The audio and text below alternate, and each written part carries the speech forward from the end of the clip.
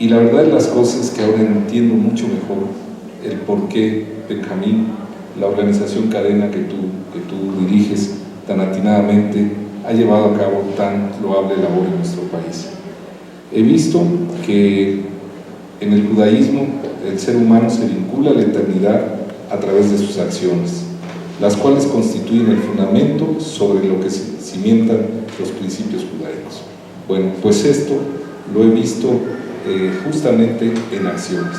Lo he visto en muchas ocasiones, podría decirlo, arriesgando la propia vida por salvarla de los demás. Y cuando digo esto, pues es una forma, para mi gusto y siguiendo los lineamientos del libro, en que se alcanza esa trascendencia a través de los actos realizados en la vida, y es como yo he visto a Benjamín en múltiples ocasiones actuar. Otro aspecto que destaco específicamente en este punto es cuando nos dicen que la actitud del hombre hacia el mundo debe ser de ocupación constante. Así se confiere al hombre una responsabilidad ética universal. Se convierte en guardián del medio ambiente, del entorno, de los recursos naturales, así como del prójimo y de la sociedad. En este sentido, el autor nos dice, Benjamín nos dice, que la palabra deber se antepone a todas otras. Y en este aspecto he visto precisamente los principios de vida, los principios como trabaja la organización Cadena.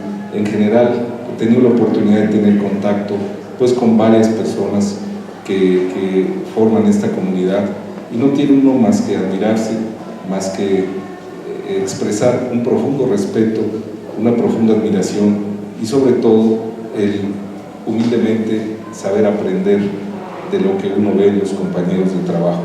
Y aquí hemos visto también cómo se ha antepuesto el bien de la voluntad al mal del confort, al mal de quedar simplemente contemplativamente viendo las cosas, viendo las tragedias. A mí me parece que aquí, como bien él lo menciona, no existe responsabilidad si no se tiene ante quién ser responsable. Lo que vi especial en este libro es justamente esto. Es una lectura, podemos decir, moderna y madura de la Torá. Muchas veces leemos las historias del libro de Bereshit como historias de niños, como el serpiente que habla con la mujer, o una teva de Noah, etcétera, que son historias interesantes, pero en algún nivel de conocimiento, de madurez, ya no nos hablan. Pero de verdad sabemos que hay mucha sabiduría, mucha filosofía en estas historias. Y es lo que podemos ver en este libro. Uno puede discutir con un detalle u otro, pero lo que no podemos discutir es que la Torah nos habla a través de las historias. La Torah nos enseña a través de las historias cómo tenemos que pensar, cómo tenemos que actuar, cómo tenemos que desarrollar nuestra manera de vivir aquí en este mundo. Hay un dicho, una frase de Rav Kook, lo voy a decir en hebreo, después tratar de traducir. El dicho, el término es Omer Achaim. Omer Achaim podemos traducir como el dicho de la vida. ¿Qué quiere decir? A través de nuestra vida nosotros hablamos. A través de nuestras acciones expresamos nuestro interior. Y cuando yo leo este libro también podemos decir que yo veo aquí el Omer Achaim de Beni. Y es algo que es muy muy importante, que no siempre vemos. Cómo podemos conectar lo que estudiamos, lo que entendemos, con lo que hacemos. Muchas veces hay distancia muy grande entre lo que uno piensa, o lo que uno entiende, o lo que uno dice, y lo que hace en su vida. Y aquí podemos decir que en estas letras, en estas oraciones, Beni expresó su Omer Achaim, sus palabras de la vida, que están en las acciones que podemos ver en diferentes ocasiones, están aquí en este libro. Podemos ver que estas acciones salen de un Ashkafat Olam. No salen de algún impulso o algo así, sino de un Ashkafat Olam, de una filosofía profunda. Y de hecho, dentro de la Torah, dentro de su estudio y su filosofía, sale la manera que él vive. Que eso es para mí algo muy, muy grande, muy, muy importante, que todos tenemos que ver como un ejemplo de seguir, cómo uno lleva a cabo su filosofía en su vida real, y no hay no hay desconexión entre la vida y la filosofía. la diversidad de posturas, de presentaciones, de visiones judaicas que están dentro de él y que dan una apertura, una visión universal también a su particularidad judía. Y yo quería comenzar con una historia que creo que de alguna forma muestra lo que Benny ha hecho a lo largo de este trabajo que celebro. Y celebro mucho. Yo la verdad que no lo conocía a Benny más que por su trabajo, ¿sí? En cadena, por lo que ha creado, por lo que ha hecho. No sabía de su conocimiento de Torah, de cómo une la Torah con la filosofía, con la historia, con las ciencias en general, y es algo que celebro y que necesitamos más en nuestra comunidad. Este proceso de Tikkun Atzmi, ¿sí? De repararnos, de conocernos a nosotros de una mejor forma, es lo que Benny hace a través de este libro fabuloso. Poder bucear en las aguas profundas de nuestra tradición, hacerlo con seriedad, con honestidad, con sinceridad y con emuná, con fe, como lo vemos en cada una de estas páginas. Y una vez que tiene más para dar, entonces sale al mundo. Y este trabajo se da en forma simultánea. Benny, a través de cadena, a través de las acciones de Tikkun Olam, se repara a sí mismo, trae una nueva visión de la Torá, una visión que contempla diferentes aspectos, desde tradicionales, fuentes muy clásicas que van desde Perushim, comentarios, explicaciones del Talmud, hasta pensadores modernos, por supuesto al Rav Kook, al que citábamos y escuchábamos antes. Una visión que no escapa de Spinoza, Rosenzweig, Hegel y otros pensadores, todos unidos para una perspectiva judaica que está apuntada a hacer del mundo un lugar mejor. Y yo creo que no había mejor forma de presentar este libro que en esta semana, cuando terminamos Pesaj. Así que Benny, terminar la festividad de Pesaj es aceptar algo que la Torá nos quiere decir desde el comienzo, y es que el mundo que es no es el que debe ser, y que un mundo mejor es posible. Que hay una tierra prometida a la que podemos llegar, que cualquier lugar donde estemos y haya opresión, y haya miseria, y haya pobreza, ¿sí? Y haya soledad, y haya catástrofes, entonces ese lugar es Mitzrayim, ese lugar es Egipto, y que no hay forma de llegar a la tierra prometida si no es marchando juntos. Benny, ¿por qué un ser humano decide un buen día escribir un libro? Normalmente es para quizás compartir o quizás tratar de transmitir. Hay muchos que escriben libros solamente para poner su nombre en todos lados. ¿Cuál es el motivo que lo podía yo destacar del libro pensando, ¿por qué? ¿Por qué escribiste este libro? Saben ustedes, el instinto religioso, cuando hablamos entre uno y Dios, nos lleva a el primer pensamiento es decir, yo tengo que hacer y Él tiene que resolver. Eso es el acuerdo, ¿no? Los puso aquí en el mundo para que hagamos el correcto acción, y Él tiene su plan, cómo las cosas se van a resolver. La primera respuesta, ¿por qué Benny escribió este libro? Porque vino a decir novedad primero religioso.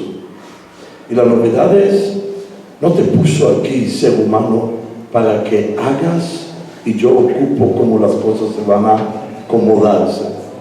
Te puso aquí para que seas tú mi socio. La responsabilidad religiosa está aquí. No hay. De ahí fue delegada. Ahora nosotros tenemos juntos que construir. Casi hubiera dicho, es una profecía de la manera de leer, de transmitir y decir. Van a decir, pero ¿acaso es solamente en conceptos generales? ¿Acaso es solamente en conceptos quizás emocionales? No. Ocupa en el libro de caminar de definición a definición, de ir profundizando para que podamos nosotros entender algo nuevo. Derech Eretz es camino de la tierra. Dios entregó Torah a este mundo, a un mundo que ya existió. Ay, tú ser humano es parte de mi obra, sé cuáles tus ventajas, cuáles son tus debilidades, por eso te hago ser mi socio. Hay camino en la tierra, juntos lo podemos hacer. Y así sigue, y se puede decir que en el libro se habla, la Torah habla el idioma del ser humano, y por eso dialoga permanente con el ser humano. Empecé a pensar entonces, Ben, ¿por qué escribiste este libro? Dijo Rav Gai, porque el libro es tu vida. Hay muchos que su pensamiento está en el mundo del espiritualismo. Hay muchos que su fortaleza está en el mundo de acción, de generar, de construir.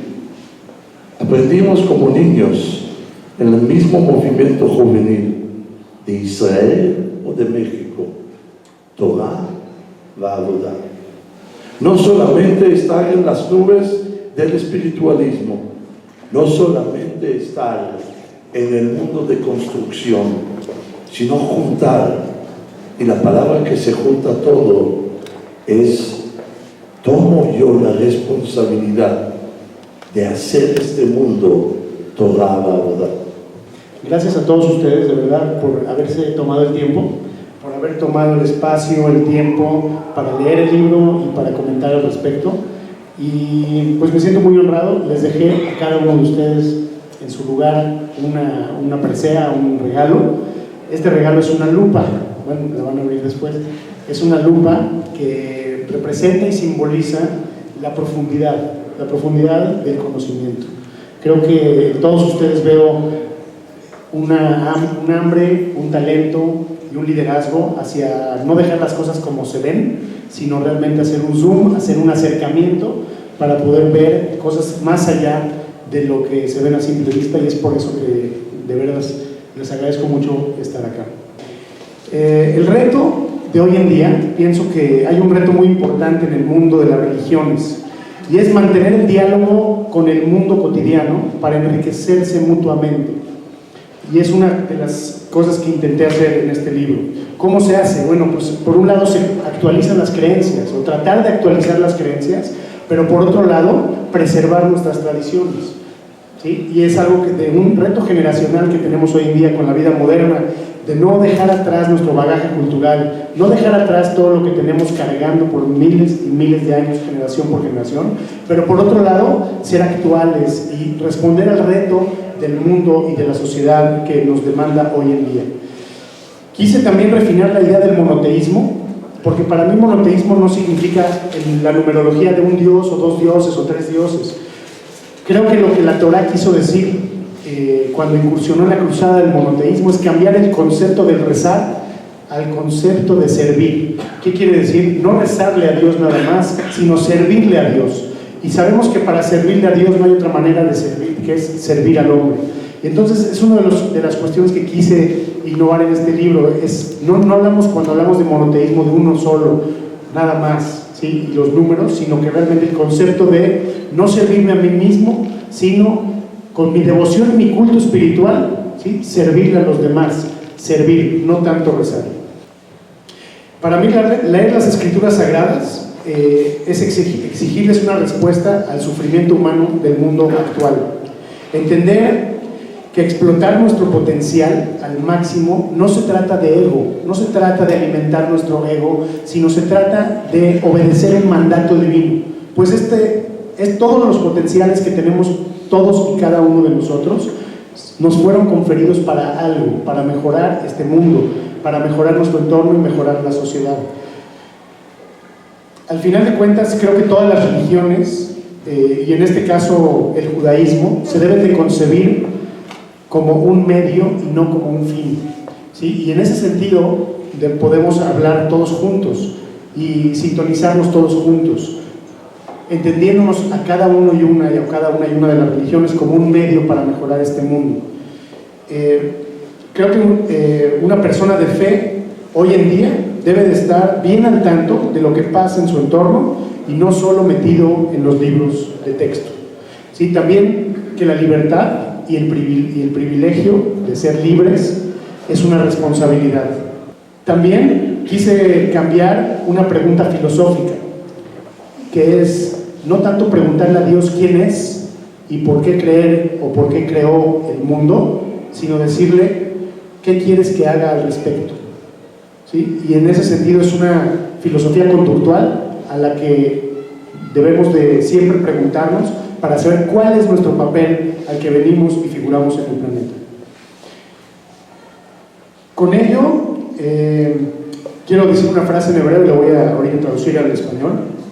Kol ish emunah hayav lizkor shekvod Hashem latun leashgahato. ¿Qué quiere decir? Que todo hombre de fe debe considerarse un guardián del honor de Dios en el mundo. Y para cuidar ese honor del mundo, de Dios en el mundo, ¿sí? Entonces realmente tienen que darse a los demás. Quiero mencionar a un autor que no tiene nada que ver con la Torá aparentemente, que hizo algo muy parecido a lo que hizo el rey Salomón en su tiempo, cuidando las proporciones. Joan Manuel Serrat escribe al estilo El Cantar de los Cantares en una canción que se llama Sería Fantástico. Y entonces, así como el rey Salomón hacía una analogía del amor a la mujer, ¿sí? En el Cantar de los Cantares, y todos leemos, parece que es una canción de amor, pero si la leemos con profundidad, le está hablando al mundo y a la humanidad, a Dios, a la existencia, a la creación, etcétera, etcétera. Joan Manuel Serrat dice así: sería fantástico que todos fuésemos hijos de Dios y que coincidiésemos, que te dejases convencer y fueses como yo siempre te imaginé. ¿A quién se lo dijo Joan Manuel Serrat? Aparentemente se lo dijo a una mujer, pero para mi gusto se lo dijo a la especie humana. Agradezco a Dios y a la vida por permitirme escribir este primer libro y por darme el tiempo para reflexionar sobre nociones y conceptos que considero sublimes.